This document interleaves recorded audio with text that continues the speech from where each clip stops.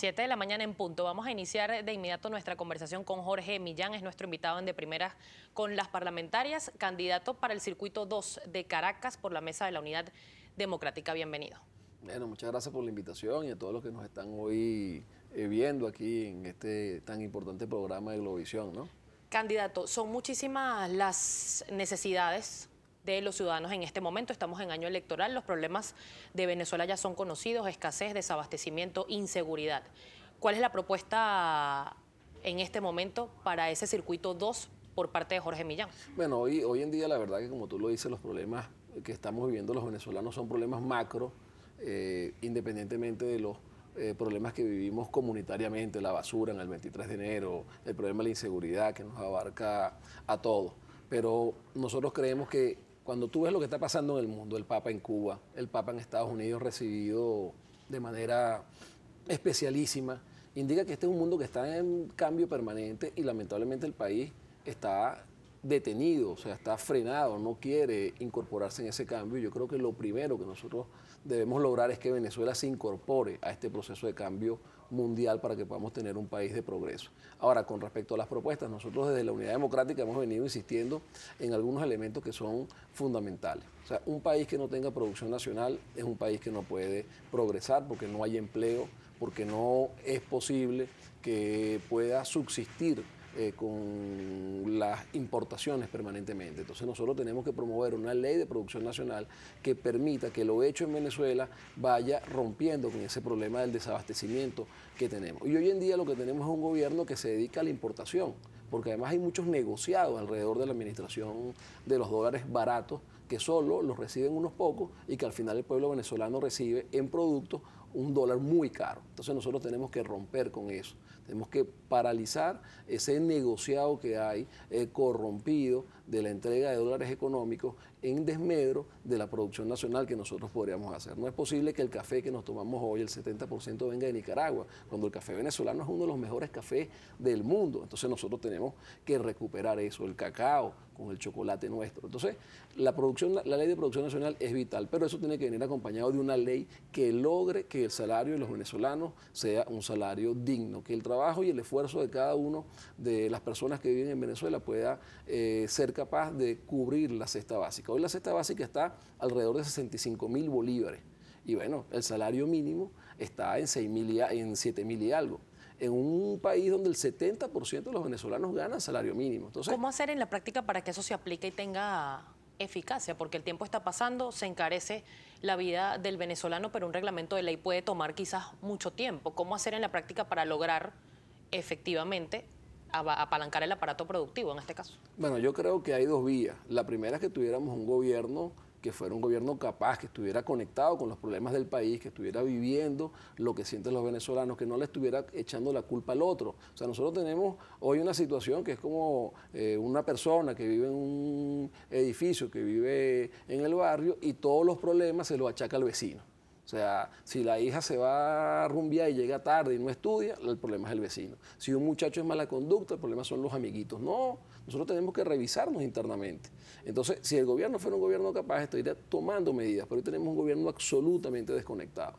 Entonces, ¿qué ocurre? Este 6 de diciembre debe el país, debe Venezuela manifestar ese deseo de cambio. Y a partir de ahí se juntan dos cosas: el poder que tiene la Asamblea Nacional como órgano legislativo y el poder que tiene el pueblo venezolano para enrumbar el camino. Después que el pueblo se exprese, el gobierno tiene obligantemente que atender a esa mayoría que se va a instalar en la Asamblea Nacional para que el cambio se genere. ¿Cuál va a ser el primer paso si resulta la mayoría opositora en los curules de la Asamblea Nacional? Bueno, nosotros tenemos que exigir un cambio que permita que vuelvan a los anaqueles productos, que hayan políticas de seguridad. Tú hablabas del problema de la seguridad. Mira, 24.900 muertos hubo el año pasado.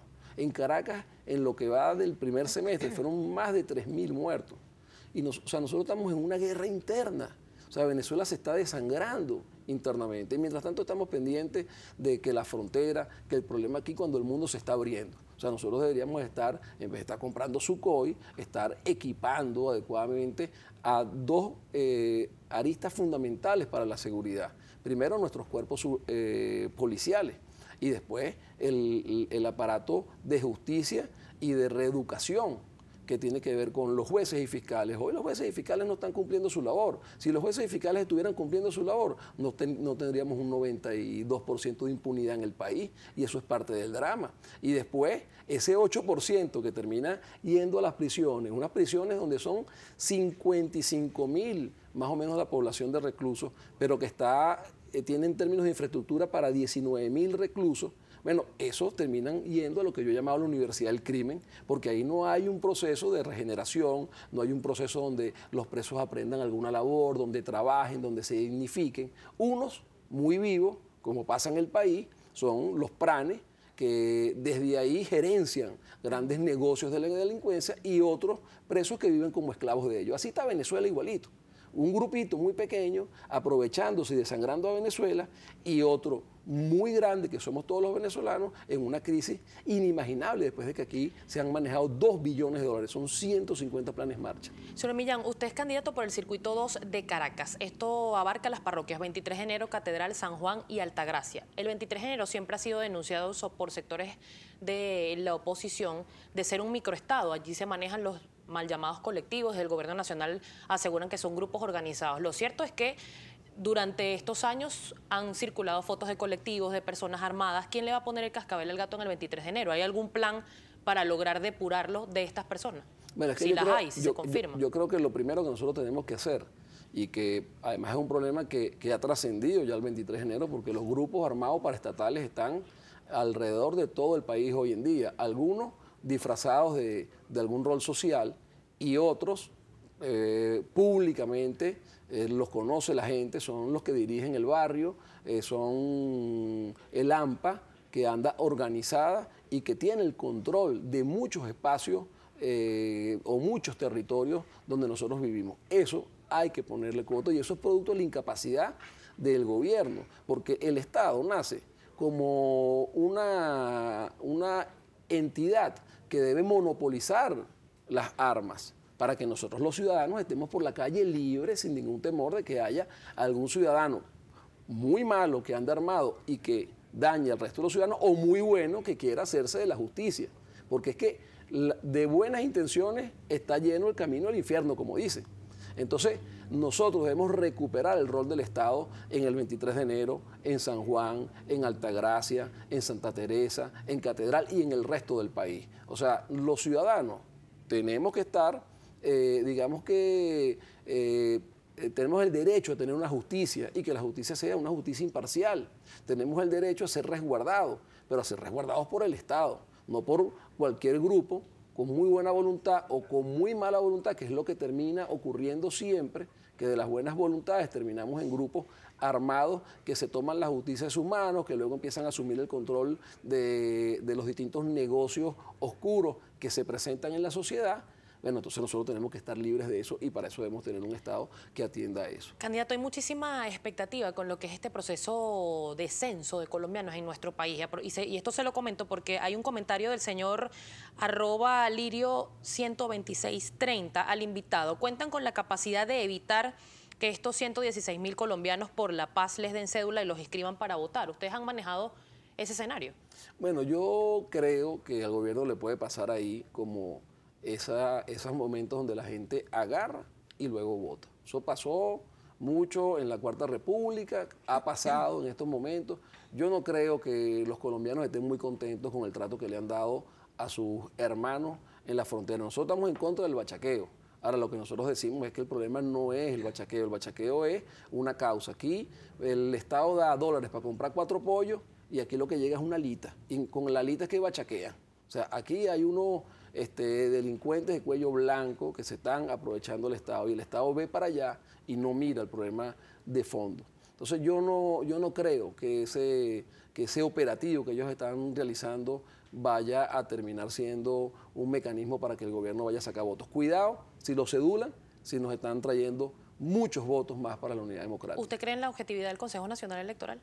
Bueno, nosotros hemos venido denunciando que el Consejo Nacional Electoral no es un órgano parcial, no es un órgano imparcial, perdón, y eso lo reiteramos Es lamentable, nosotros quisiéramos un órgano que fuera absolutamente parcial, como una justicia que fuera ciega. Eso no es lo que ocurre en Venezuela hoy en día, pero eso no implica que nosotros no sigamos en el esfuerzo de lograr instituciones que sean más allá de las organizaciones políticas y las visiones ideológicas. Nosotros decimos al que le da miedo votar que el no votar es regalarle el voto al que tú crees que te lo va a robar. Porque es como que tú salgas a la calle, estés en una esquina y te digan, mira, ese es el ladrón, y tú vayas y le entregues la cartera.